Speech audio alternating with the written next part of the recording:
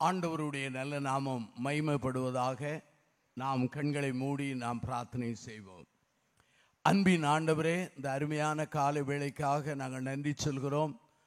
எங்களுடைய அருமையான 2025 ஆண்டின் ஆண்டவரே, எங்களுடைய முகாமின் இறுதி ஆராதனைக்காக நாங்கள் வந்திருக்கிறோம்.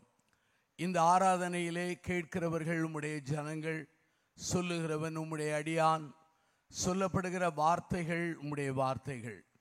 நீரே எங்களை தூய ஆவினால் ஆட்கொள்ளும். உம்முடைய வார்த்தைகளை சொல்ல பலந்தாரும். இயேசுவின் நாமத்தில் ஜெபிக்கிறோம் பிதாவே, ஆமென். ஆண்டவருடைய நல்ல நாமத்தினாலே மறுபடியுமாக வாழ்த்துகிறேன். இந்த முகாமிலே கலந்து கொள்ளக்கூடிய ஒரு வாய்ப்பை தந்த திரியேக தேவனை நான் மகிமைப்படுத்துகிறேன். ஆண்டவர் தாமே இந்த முகாமிலே நம்மோடு கூட இருந்து பரிசுத்த வார்த்தைகள் வழியாக, ஆவியானவர் வழியாக நம்மை அவர் தொட்டதற்காக, அர்ப்பணிக்க வாய்ப்பு கொடுத்ததற்காக ஆண்டவருக்கு நன்றி சொல்லுவோம். தொடர்ந்து உங்களுடைய ஜெபங்களில் எனக்காக ஜெபியுங்கள். நானும் என்னால் இயன்றபடிந்த தொடர்ந்து ஜெபம் செய்வேன். வாசிக்கப்பட்ட நற்செய்தி நூலிலே யோவான் 21:15 நம்முடைய ஆண்டவர் ஒரு கேள்வி கேட்டார். இவர்களிலும் நீ அதிகமாய் என்னிடத்தில் அன்பாய் இருக்கிறாயா?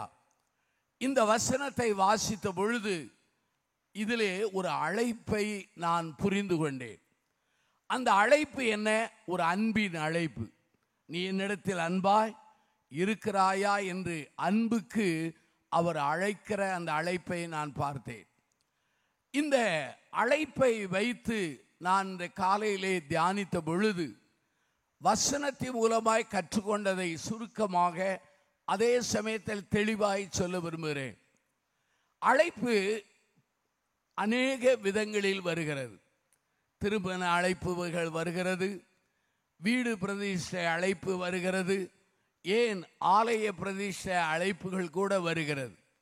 சில அழைப்புகளை நாம் ஏற்றுக்கொள்வோம், சில அழைப்புகளை நிராகரிப்போம், சில அழைப்புகளை நாம் தள்ளிவிடுவோம்.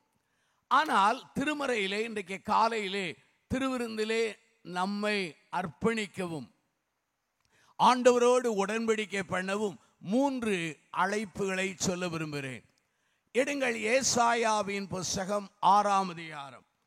இந்த ஏசாயா புஸ்தகம் 6ஆம் அதிகாரத்திலே நீங்கள் 1 to 8 வாக்கியங்களை நீங்கள் வாசிப்பீர்கள் என்றால், உசியா ராஜா மரித்து போனான்.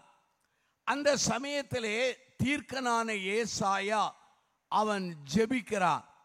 அந்த சமயத்திலே ஒரு தரிசனத்தை கண்டான். இன்றைக்கு அநேகர் தரிசனம் கிடையாது, சொப்பனம் கிடையாது என்று சொல்லுவது உண்டு. ஆனால் வேதாமத்திலே தரிசனங்களும் சொப்பனங்களும் பதிவு செய்யப்பட்டிருக்கிறது. இந்த தரிசனத்தை பார்க்கும் பொழுது அங்கே ஆண்டவர் அவனோடு பேசுகிறார். யார் நமது காரியமாய் போவார்? இந்த அழைப்பு சாதாரண அழைப்பா? இல்லை, இது உன்னதத்தில் இருந்து வருகிற அழைப்பு. கால் ஃப்ரம் அபோ என்று சொல்லலாம். அந்த தரிசனத்தை பாருங்கள். ஒரு சிங்காசனத்திலே ஒருவர் உட்கார்ந்திருக்கிறார். அவருடைய வஸ்திர தொங்கலினாலே ஆலயம் நிறைந்திருக்கிறது. சேருபீன்கள், அங்கு தூதர்கள் அவரை பரிசுத்தர் என்று சொல்கிறார்கள். ஆகவே ஏசாயா இந்த தரிசனத்தை பார்க்கும்போது சிங்காசனத்தை கண்டார். சிங்காசனம் என்றால் என்ன? அது ராஜாவோடு சம்பந்தப்பட்டது. ஒருவன் கலப்பை எடுத்துக்கொண்டு போவான் என்றால் அதை விவசாயி என்று சொல்லலாம். மருத்துவருடைய உடையை வைத்து மருத்துவர் என்று அறிந்து கொள்ளலாம். மேடையில் இருக்கிற அருமையான போதக பிதாக்களுடைய வஸ்திரங்களை பார்க்கும் பொழுது அவர்கள் போதகர்கள் என்பதை நாம் புரிந்து கொள்ள முடிகிறது. இங்கே ஆண்டவர் சிங்காசனத்தில் இருக்கிறார். ஆகவே அவர் ராஜா. உசியா ராஜா இறந்து போனான். ஆனால் நம்முடைய ராஜா சர்வலோகத்தின் ராஜா, சர்வ காலங்களிலும் ராஜா, சர்வ அதிகாரம் படைத்த ராஜா. இதை ஏசாயாவுக்கு ஆண்டவர் உணர்த்துகிறார். ஆண்டவர் எப்படிப்பட்டவர்? ராஜா. அவர் பரிசுத்தர். மூன்றாவது பரிசுத்தமாக்கிறவர். நான்காவது பரிசுத்தமான பணிக்கு நம்மை அழைக்கிறவராயிருக்கிறார். ஏசாயா 6ஆம் அதிகாரத்தை வீட்டில் போய் வாசித்து பாருங்கள். அங்கே ஒரு தூதன் துரட்டை எடுத்து அவன் என்ன செய்கிறான்? பலிபீடத்திலிருந்து அக்கினி எடுத்து வைக்கிறார். இந்த இடத்திலே அக்கினி என்பது பலிபீடத்திலிருந்து வருகிறது. பலிபீடம் எதற்கு சம்பந்தப்பட்டது? அதாவது பாவ மன்னிப்புக்கு சம்பந்தப்பட்டது. அந்த பலிபீடத்திலிருந்து அக்கினி எடுத்து அவன் நாவிலே வைத்து ஆண்டவர் அவனை சுத்தமாக்குகிறார். அருமையானவர்களே, ஆண்டவர் உடைய இரத்தத்தினாலும் அவருடைய அக்கினியினால் தான் நாம் சுத்திகரிக்கப்படுகிறோம். இந்த சூழ்நிலை வந்தபோது அவன் சொல்லுகிறான், அசுத்த உதடுள்ள மனிதன், அசுத்த உதடுள்ள மனிதர்கள் மத்தியிலே வாசம் பண்ணுகிறேன் என்றான். அப்போதுதான் சுத்திகரிப்பு முடிந்த உடனே கர்த்தரின் குரலை கேட்கிறான். யார் நமது காரியமாய் போவார்? உடனே ஏசாயா சொல்கிறான், அடியேன் இருக்கிறேன், என்னை அனுப்பு. அருமையானவர்களே, இந்த கால வேளையிலே ஆண்டவர் என்னையும் உங்களையும் எதற்காக அழைக்கிறார்? உன்னதத்திலிருந்து அழைக்கிறார். பழைய காலங்களிலே ராஜாக்களின் காலத்திலே மக்கள் வாழ்ந்தார்கள்.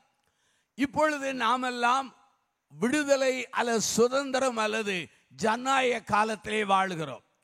பழைய காலத்திலே ராஜாவின் கட்டளையை ஒருவன் அவன் கீழ்ப்படிய மறுப்பானால் தலை போய்விடும், அல்லாவிட்டால் சிறையிலே தள்ளப்படுவார்கள். ஆகவே நான் ஏசாயா 6 வருகிற அழைப்பு என்ன? ராஜாவின் அழைப்பு, பரலோகத்திலிருந்து வருகிற அழைப்பு, மேலே இருந்து வருகிற அழைப்பு. ஆகவே அந்த அழைப்பை ஏற்றுக்கொள்ளவில்லை என்றால் நாம் எப்படி தண்டனைக்கு தப்புவோம்? ஆகவேதான் பவுல் சொன்னான், ஆண்டவர் தன்னை அவனுக்கு வெளிப்படுத்திய போது அவன் சொல்லுகிறான், இந்த பரம தரிசனத்துக்கு என்னால் கீழ்ப்படியாமல் இருக்க முடியவில்லை என்று எழுதுகிறான். அப்படியானால் ஏசாயாவின் அழைப்பு என்ன அழைப்பு? அது மேலே இருந்து வந்த அழைப்பு. ஆண்டவர் உங்களை ஊழியத்திற்கோ மிஷனரி பணிக்கோ அல்லது அவருடைய ராஜ்யத்தை கட்டுகிற காரியத்திற்கோ ஆண்டவர் அழைப்பாரானால் அது மனித அழைப்பு அல்ல, அது ஆண்டவருடைய அழைப்பு. ஆண்டவர் என்னை திருப்பணிக்கு என்று அழைத்த போது என் குடும்பத்தார், என் உறவினர்கள் பரியாசம் பண்ணினார்கள். அநேகர் போகிறார், அதே வேகத்திலே திரும்புவார் என்றார்கள். சிலர் சொன்னார்கள் அவர் மிகுந்த கஷ்டப்படுவார் என்றார்கள். என் வாழ்க்கையிலே என்னை ஊக்குவிக்க யாரும் கிடையாது, என்னை உயர்த்துவதற்கு எந்த பின்பலம் கிடையாது. ஆனால் என் ஆண்டவர் என்னை அழைத்தார். அழைத்த போது இன்னைக்கு 50 ஆண்டுகள் இந்த திருப்பணியிலே நிற்க பலம் தந்தார். சிலர் எனக்கு சொன்னார்கள், இவனுக்கு ஞான பைத்தியம் பிடித்திருக்கிறது, ஒரு 2 ஆண்டுகளிலே ஞான பைத்தியம் தெளிந்து விடும் என்று. எனக்கு 50 ஆண்டுகள் ஆகிறது, ஞான பைத்தியம் கூடிக்கொண்டே போகிறதை தவிர குறையவே இல்லை. ஆனால் யாரெல்லாம் என்னை ஞான பைத்தியம் என்று பரியாசம் பண்ணி பகடி பண்ணினார்களோ அத்தனை பேர் இன்னைக்கு திருமறையை தூக்கி இருக்கிறார்கள், அத்தனை பேரும் ஊழியர்களாக மாறி இருக்கிறார்கள். ஏனென்றால் எனக்கு கிடைத்த அழைப்பு எங்கிருந்து வந்த அழைப்பு? பரம அழைப்பு. ஆகவே அன்பான சகோதரனே சகோதரியே, கால வேளையிலே ஆவியானவர் உங்களோடு சொல்லுகிற காரியம் என்ன? பரம அழைப்பின் சத்தம் பல்வேறு முறைகளிலே உன்னோடு அது இடைபட்டிருக்குமானால் கீழ்ப்படியாமையிலே விழுந்து அப்படியே போகாதிருங்கள். கீழ்ப்படியுங்கள். ஆண்டவர் உங்களை ஆசீர்வதிப்பார், உங்கள் பிள்ளைகளை ஆசீர்வதிப்பார், உங்கள் தலைமுறை ஆசீர்வதிப்பார், உங்கள் கையின் பிரயாசத்தை ஆசீர்வதிப்பார். உங்களை அநேகருக்கு ஆசீர்வாதமாய் வைப்பார். இது முதல் அழைப்பு, கால் ஃப்ரம் அபோவ். இரண்டாவது அழைப்பை நான் சொல்கிறேன், எழுத்தை இடுங்கள். லூக்கா 16ஆம் அதிகாரம். இந்த 16ஆம் அதிகாரத்திலே நீங்கள் 19 கடைசி வசனம் வரை வாசித்து பாருங்கள். ஒவ்வொரு ஓமை ஆரம்பிக்கும் பொழுது ஓமை என்று வரும். ஆனால் இந்த பகுதியிலே ஓமை என்று வரவில்லை. ஒருவேளை ஓமையாக இருக்கலாம், அல்லாவிட்டால் நடந்த சம்பவமாக கூட இருக்கலாம், நமக்கு தெரியாது. ஆனால் இங்கே ஆண்டவர் சொல்லுகிறார் தன் நாவை திறந்து. 2 பேர் இருந்தார்கள். ஒருவன் ஐஸ்வர்யவான், அவன் பெயர் சொல்லப்படவில்லை. ஏழையின் பெயர் சொல்லப்படுகிறது. அவன் பெயர் என்னது? லாசரு. பணக்காரன் எப்படி இருந்தான்? நன்றாக சாப்பிட்டான், நன்றாக உடுத்தினான், சம்பூரணமாக வாழ்ந்தான். ஏழையாகிய லாசரு எப்படி இருந்தான்? கொடிய வியாதி, பருக்களை நாய்கள் நக்கியது. அவனுடைய ஐஸ்வர்யவானுடைய மேஜிலிருந்து விழுகிற துணிக்கையை சாப்பிட ஆசையா இருந்தான். இது முதல் பகுதி, பூமியிலே நடந்ததை சொல்லப்படுகிறது. 2 பேரும் மரிக்கிறார்கள். இப்போ இந்த சம்பவம் அப்படி பரத்திற்கு போய் விடுகிறது. அங்கே லாசரே தூதனாலே ஆபிரகாமின் மடியிலே கொண்டு விடப்பட்டார். ஆனால் அந்த அருமையான ஐஸ்வர்யவான் எங்கே போனான்? அடக்கம் பண்ணப்பட்டான். அவன் பாதாளத்தில் இருந்தான். பாதாளத்தில் இருந்த இந்த ஐஸ்வர்யன் பார்க்கிறான், ஆபிரகாமை பார்க்கிறான், இனங்கண்டு கொண்டான். ஆபிரகாமின் மடியில் இருக்கிற லாசருவை அவன் இனங்கண்டு கொண்டான். அங்கே பாதாளத்திலே தாகம் வருகிறது. அதே சமயத்திலே இனம் கண்டுபிடிக்கிற அடையாளம் தெரிகிறது. அவன் சொல்லுகிறான் ஆபிரகாமை பார்த்து, கொடிய வேதனை. ஆகவே இந்த லாசருவின் விரலின் நுனியிலே தண்ணீரை தோய்த்து அனுப்புமையா என்றார். உடனே ஆபிரகாம் சொல்லுகிறார், நீ பூமியிலே நன்றாக நன்மைகளை அனுபவித்தாய், ஆனால் லாசருவோ என்ன செய்தான்? தீமை அனுபவித்தான். இதை நினைத்துக்கொள், இங்கிருந்து அங்கு போக முடியாது. ஆகவே ஒரு பிளவு இருக்கிறது என்று சொன்னான். உடனே இந்த ஐஸ்வர்யவான் சொல்லுகிறான், எனக்கு 5 சகோதரர்கள் உண்டு, அவர்கள் இந்த இடத்துக்கு வரக்கூடாது. ஆகவே இந்த மரித்து உம்முடைய மடியில் இருக்கிற லாசருவை நீ உயிரோடு அனுப்பி எங்கே அனுப்ப வேண்டும்? என் 5 சகோதரருக்கு அனுப்ப வேண்டும். உடனே ஆபிரகாம் சொல்லுகிறார், அங்கே ஏற்கனவே தீர்க்கர்களும் யாரும் உண்டு, போதிக்கள் உண்டு, அவர்களுக்கு செவி கொடுக்கட்டும் என்கிறார். இந்த பகுதியை நான் வாசித்த பொழுது ஒரு அருமையான 3 குறிப்புகள் கிடைத்தது. முதல் குறிப்பு என்ன தெரியுமா? இந்த ஐஸ்வர்யவான் சம்பூரணமாய் சாப்பிட்டு உடுத்தினான்.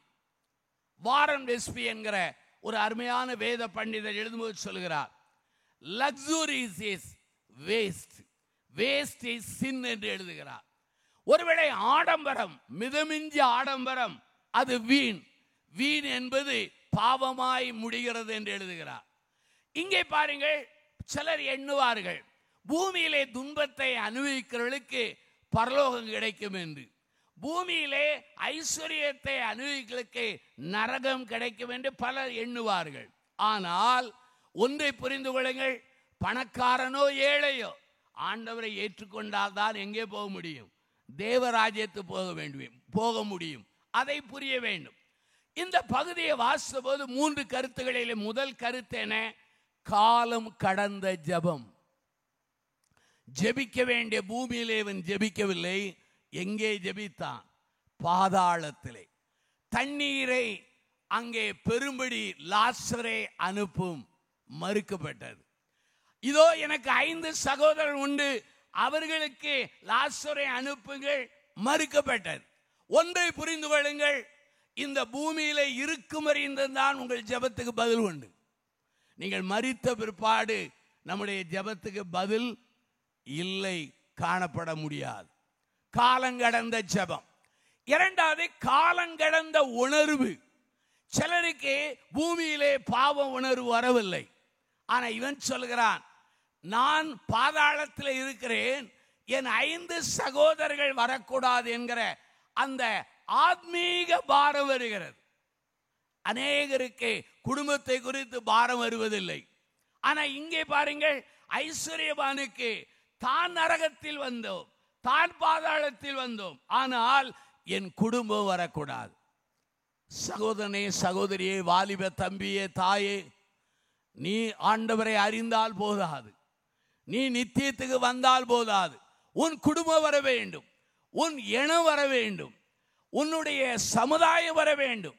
ஏன் நம்முடைய பாரத தேசத்தின் அத்தனை மக்களும் என்ன செய்ய வேண்டும்?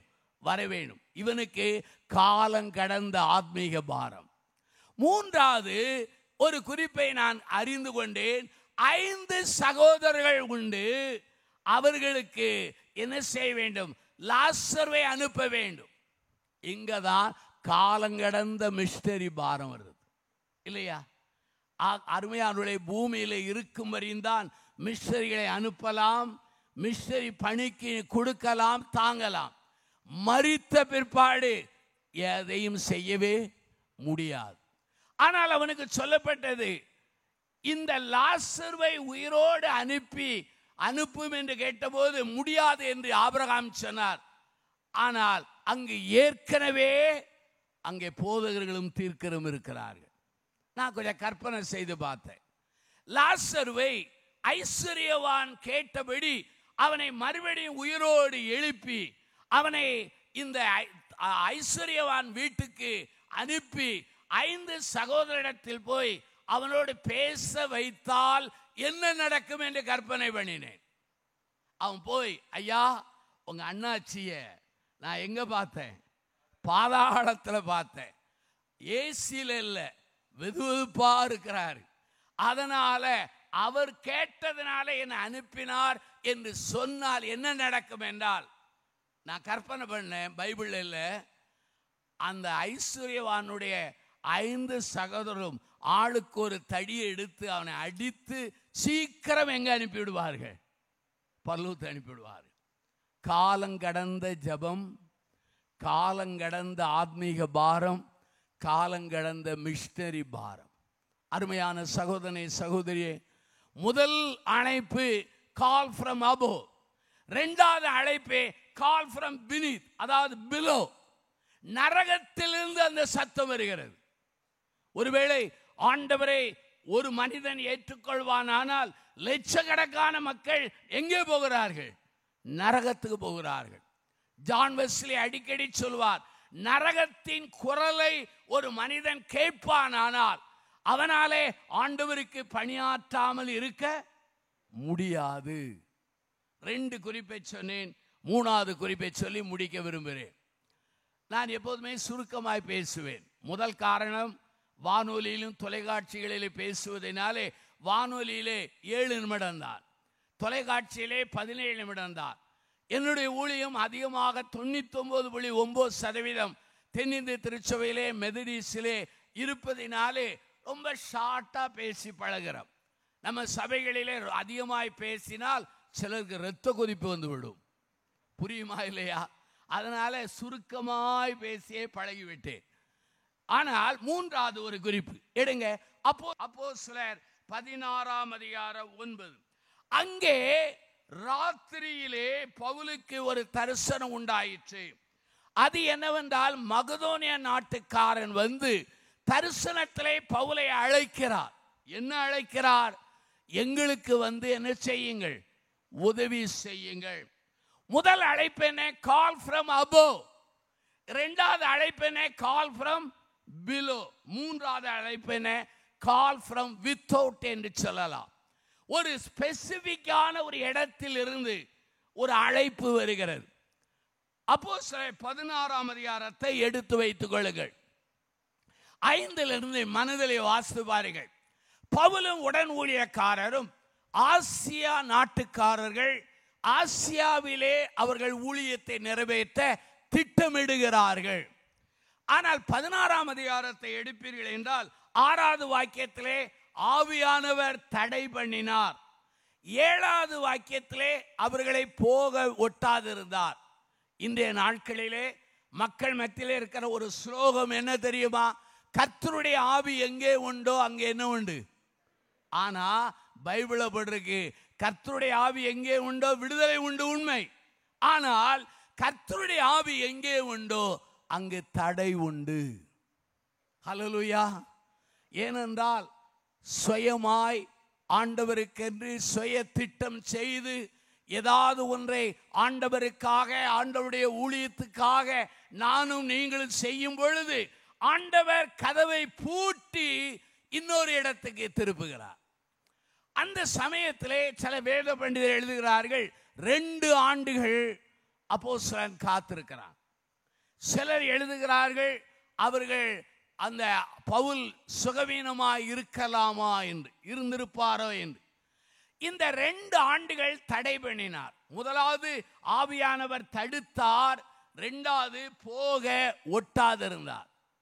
நம்ம வீடுகளில் பிள்ளைகள் பிறக்குது, பிள்ளை பிறந்த உடனே நடக்காது. 2 கால்களையும் கைகளையும் வானத்தை நோக்கி ஆட்டும். கொஞ்ச காலம் கழித்து அப்படியே குப்புற படுக்கும். பிறகு என்ன செய்யும்? 2 கை 2 காலை வைத்து தவழும். கொஞ்ச காலம் கழித்து சுவரை பிடித்து அது என்ன செய்யும்? நடக்கும். கொஞ்சம் பலமான உடனே கதவு வழியாக வெளியே ஓட போகும், இல்லையா? உடனே நம் தாய் என்ன செய்கிறாள், சகோதரி என்ன செய்கிறார்கள்? வாசல்ல ஒரு 1.5 அடி பலகையை மாற்றுறாங்க. அது வரையிலும் போகக்கூடாது. ஆனா இந்த நூற்றாண்டு பிள்ளைகளுக்கு ஐக்கியம் அதிகம், அது மேலே ஏறிடுது. ஆனா தாய் என்ன செய்கிறாள்? அந்த 1.5 அடி பலகையை எடுத்து விட்டு அவள் ஒரு இரும்பு கிரில போடுறாள். அங்கே 6வது வாக்கியம் தடை பண்ணுகிறார். அது ஒரு மரப்பலகை, நான் நின்றேன். 7வது வாக்கியம் அவர் போக ஒட்டாதிருந்த. ஏனென்றால் பவுல் மேலும் மேலும் பிரயத்தனம் பண்ணுகிறார், போக வேண்டும் போக வேண்டும். ஆண்டவர் தடுக்கிறார். சில சமயத்திலே நாம் போட்ட திட்டங்கள், முடிவுகளை அவர் அடித்துவிட்டு தன் திட்டத்தை நிறைவேற்றுவார். ஒருவேளை நீ எண்ணுகிற திட்டங்கள், நான் எண்ணுகிற திட்டங்கள், நம்முடைய ஏக்கத்திலே நாம் கொண்டிருக்கிற அந்த தரிசனங்களை சில சமயங்களை அடித்து தம் திட்டத்தை நிறைவேற்றுவார், இல்லையா? அங்கே தடுத்தார். அப்போதுதான் மகதோனிய நாட்டுக்காரன் வருகிறான். தரிசனத்தில் வந்து சொல்கிறான், எங்களுக்கு வந்து உதவி செய்யுங்கள். அப்படியானால் ஆண்டவரின் அழைப்பு கால் ஃப்ரம் வித்தவுட். நீங்க 16ஆம் அதிகாரத்தை வீட்டில் போய் வாசிச்சு பாருங்க. அந்த மகதோனியா பகுதிக்கு போகிறாங்க. அது ஒருவேளை ஆசியா பகுதி இல்ல, ஐரோப்பா பகுதின்னு எண்ணுகிறேன். அந்த பகுதியில் இதுவரையிலும் ஒருவரும் விசுவாசி இல்லை. ஆகவே எந்த நற்செய்தி சொல்லப்படவில்லை. நற்செய்தியை ஏற்றுக்கொண்டு அர்ப்பணித்தவர்களும் அங்கு இல்லை. ஆனா என்ன நடந்தது? பவுல் இதுதான் தேவ சித்தம் என்று அறிந்து அவன் சொல்லுகிறான். 16ஆம் அதிகாரத்தை நீங்க தொடர்ந்து வாசித்தால், ஆண்டவர் ஒரு வாசலை அடைத்து இன்னொரு வாசலை திறப்பாரானால் அந்த திறந்ததற்கு உறுதிப்படுத்த அநேக மாற்றங்களை தருவார். முதல் மாற்றம் என்ன? லீதியாள் மனம் திரும்புகிறாள். 2வது மாற்றம் என்ன? ஒரு குறி சொல்லுகிற பெண் என்ன செய்கிறாள்? விடுவிக்கப்படுகிறாள். 3வது மாற்றம் என்ன? ஒரு சிறைச்சாலை அதிகாரி குடும்பமாய் மனம் திரும்புகிறான். அதற்கு பிற்பாடு ஏராள சபை உருவாகிறது. அருமையான சகோதர சகோதரிகளே, ஆண்டவர் அவர் ஒரு கதவை அடைத்தால் இன்னொரு கதவை திறப்பார். மனிதன் ஒரு கதவை அடைத்தால் அதே மனிதன் இன்னொரு கதவை நமக்காக திறக்க மாட்டான். சாத்தான் கதவை அடைத்தால் என்றென்றும் நமக்கு கதவை திறப்பதே இல்லை. ஆனால் தெய்வம் கதவை அடைத்தால் இன்னொரு கதவை திறப்பார். இன்றைக்கு காலையிலே நான் பண்ணின ஜெபம் என்ன? நம்முடைய ஏக்கத்தினர் எத்தனையோ மக்கள் கூட்டங்கள், எத்தனையோ மாநிலங்களிலே அவர்கள் திருப்பணியை செய்கிறார்கள். என்னுடைய காலை ஜெபம் என்ன? ஆண்டவரே, இந்தியாவிலே எத்தனை மக்கள் கூட்டங்கள் உண்டோ, எத்தனை மாநிலங்கள் உண்டோ, அத்தனை மாநிலங்களிலே இதுவரையிலும் நற்செய்தி அறிவிக்கப்படாத கால் ஃப்ரம் வித்தவுட், அங்க நம்ம கால் என்ன செய்யணும் சொல்லுங்க, ஒரு அலையிலே சொல்லுவோமா? அதற்காக நாம் ஜெபிக்க வேண்டும். அங்கே புதிய பணி இடங்களை ஆண்டவர் திறக்கணும். ஆனா புதிய பணித்தளங்களை ஆண்டவர் திறக்க வேண்டும் என்றால் புதிய மிஷனரிகள் நமக்கு தேவை. நான் ஏறக்குறைய தமிழ்நாட்டில் இருக்கிற எல்லா மிஷனரி ஸ்தாபனங்களின் கூட்டங்களில் போய் கலந்து கொள்வேன். எங்கள் அம்மா எஃப்எம்பியில் செவ்வாய்க்கிழமை தோறும் சிறுவைகுண்டத்தில் அவங்க எஃப்எம்பி ஜெபக்குழுவை நடத்தினாங்க. அந்த பாரம் எங்களுக்கு உண்டு. ஆனால் ஆண்டவருடைய கிருபையினால எல்லா இடங்களிலும் கூட்டங்களில் பார்த்தால் எல்லா ஏக்க தலைவர்களும் என்னோடு பகிர்ந்து கொண்ட ஒரே ஒரு அங்கே அவர்களுடைய வருத்தமான குரல் என்ன தெரியுமா? ஐயா, ஆலயம் கட்ட மக்கள் கொடுக்கிறார்கள், மிஷனரிக்கு பணங்களை கொடுக்கிறார்கள், கல்வி நிலையங்களை திறக்க பணம் கொடுக்கிறார்கள், மருத்துவமனைக்கு பணம் கொடுக்கிறார்கள், வாகனங்களுக்கு பணம் கொடுக்கிறார்கள், மோட்டார் பைக்குகளுக்கு பணம் கொடுக்கிறார்கள். ஆனால் தமிழகத்திலிருந்து மிஷனரிகளாக வடக்கே செல்லுடைய எண்ணிக்கை வர வர வர வர என்ன செய்யுது சொல்லுங்க? நம்ம என்ன செய்வோம்? ஆண்டவரே வேறு யாரையாவது அனுப்பும் என்று சொல்லுகிற மோசேயை போல நாம் ஜெபித்து வருகிறோம். ஆண்டவர் சொல்லுகிறார், இல்லை, உன்னைத்தான் அனுப்ப போகிறேன். ஒரே ஒரு காரியம் சொல்லி நான் பிரார்த்திக்க போகிறேன். ஒரு அம்மா என் வீட்டுக்கு ஜெபம் பண்ண வருவாங்க. எங்கள் அம்மா அப்போ உயிரோடு இருந்ததுனால இந்த பெண்கள் அம்மாமாரை எங்கள் அம்மாட்ட அனுப்பிடுவேன். அவங்க ஜெபம் பண்ணுவாங்க. அவங்க போன பிறகு கேட்பேன், அம்மா அவங்க எதுக்கு ஜெபம் பண்ண வந்தாங்க? அவங்க பையன் பயங்கரமான குடிக்கிறான், கஞ்சாவுக்கு அடிமை, வீட்டில் கலவரம் பண்ணுறான், ஒரு உலக்கை எடுத்துக்கொண்டு அப்பா அம்மாவை அடிக்கிறான். ஆனாலும் அந்த பையன் மனம் திரும்பலுக்கு ஜெபிக்கிறோம். இப்படி ஜெபிச்சாங்க. ஒரு நாள் அந்த அம்மா வந்தாங்க. வரும்போது அல்லேலூயா நாங்க. நான் கொஞ்சம் உஜாரா இருப்பேன். என்னம்மான்னு மெதுவாக கேட்டேன். அவர் சொன்னா, எங்கள் பையன் ஒரு மிஷனரி கூட்டத்துக்கு போனான், ஒப்பு கொடுத்துட்டான், இப்போ கெட்ட பழக்கம் போயிட்டு, குடி போயிட்டு, கஞ்சா போயிட்டு, அற்புதமையா என்றார். நாங்களும் சேர்ந்து அவளை துதித்து ஆண்டவரை மகிமைப்படுத்தினோம். ஒரு வருஷம் கழிச்சு அந்த அம்மா வந்தாங்க. வட்ட முகம் சதுரமாக இருந்துச்சு, மகிழ்ச்சியான முகம், ரொம்ப அழுகையோடு இருந்து. என்னம்மான்னு கேட்டேன். பையன் ஏதாவது திரும்பிட்டானா, பின்வாங்கிட்டானா? இல்லவே இல்லை. ஒரு மிஷனரி கூட்டத்துக்கு போனா, அங்குள்ள ஒரு மிஷனரி தலைவர் சொன்னார், வட இந்தியாவுக்கு மிஷனரி தேவை, யார் என்றார். என் பையன் முன்னால போயிட்டான். பையன் முன்னால். அது நான் சொன்னேன், அல்லேலூயா, நல்லதானே. என்னையா நல்லதுங்கிறீங்க? ஒரே ஒரு பையன், அவனை கல்யாணம் கட்டி கொடுத்து அவன் மனைவி பொங்கி போடுகிற சாப்பாடை ருசிக்கலாம் நினைச்சா அவனை வட இந்தியா அனுப்புறீங்களே. நான் சொன்னேன், ஏன் ஜெபம் அவன் மாத்திரமல்லம்மா, நீங்களும் போனா போயிருங்க. அந்த அம்மா கோவம் வந்துச்சு. இல்லை, ஒரு மனுஷனானு தீட்டிட்டாங்க. நான் என் வாயை பொத்திட்டு ரூமுக்குள்ள போயிட்டேன். ஏன் தெரியுமா? இன்றைக்கு அநேகருக்கு தாம் பிள்ளைகள் மனம் திரும்பணும், படிக்கணும், வேலை செய்யணும், கல்யாணம் கட்டணும், பிள்ளைகளை அவர்கள் பெற்றெடுக்க வேண்டும், சமுதாயத்தில் உயர்ந்த நிலையில் இருக்கணும். ஆனா எங்க போகக்கூடாது சொல்லுங்க? இங்க இருக்கிற அநேகர் அப்படி ஜெபம் பண்ணிட்டு இருக்கீங்க. ஆண்டவரே வேறு யாரையாவது அனுப்பும், என்னை தொடாதிரும், என் கணவனை தொடாதிரும், என் மனைவியை தொடாதிரும், என் மகளை தொடாதிரும். நான் உண்மையா தீர்க்கதரிசனமா சொல்றேன், இந்த ஜெபம் யாரெல்லாம் பண்ணுகிறீர்களோ அவங்க வீட்டில் தான் மிஷனரிகள் வர போறாங்க. அல்லேலூயா. அப்படியான 3 குறிப்பு. கால் ஃப்ரம் அபோ, மேலே இருந்து வந்த அழைப்பு. கால் ஃப்ரம் பிலோ, பாதாளத்திலிருந்து வந்த அழைப்பு.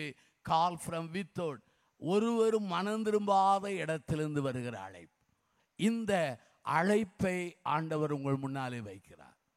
ஏற்றுக்கொள்வீர்களா? எழுந்திருங்கள். அமைதியாய் ஜெபித்து நான் முடிக்க விரும்புகிறேன். எல்லாரும் எழுந்திருங்கள். சத்தம் உயர்த்த வேண்டாம். கண்களை மூடிக்கொள்ளுங்கள். 2 கரங்களை உயர்த்தி கொள்ளுங்கள். ஆண்டவரே, இந்த கால வேளையிலே என்னோடு பேசினீர். ராஜாவின் அழைப்பை பேசினீர், பாதாளத்திலிருந்து வருகிற அழைப்பை பேசினீர், மகதோனிய அழைப்பை பேசினீர். இந்த அழைப்பை கேட்டு அறிந்த நான் இந்த மிஷனரி பணிக்கு நான் என்ன செய்ய போகிறேன்? என்னை கொடுக்க விரும்புகிறேனா? என் பிள்ளைகளை கொடுக்க விரும்புகிறேனா? என் ஆஸ்திகளை கொடுக்க விரும்புகிறேனா? என்னுடைய உடைமைகளை கொடுக்க விரும்புகிறேனா? என்னுடைய தாளந்தை, நேரத்தை கொடுக்க விரும்புகிறேனா? ஆண்டவரே, என்னை ஒப்பு கொடுக்கிறேன், என்னை ஏற்றுக்கொள்ளும். எல்லாரும் கண்ணை மூடி 2 கைகளை உயர்த்தி ஜெபிங்க. யாரும் முன்னால வர நான் சொல்ல மாட்டேன். சத்தத்தை உயர்த்த வேண்டாம், மௌனமா ஜெபிங்க. மௌனமாக ஜெபித்து பரிசுத்த ஆவியானுடைய சத்தத்துக்கு நாம் செவி கொடுப்போம்.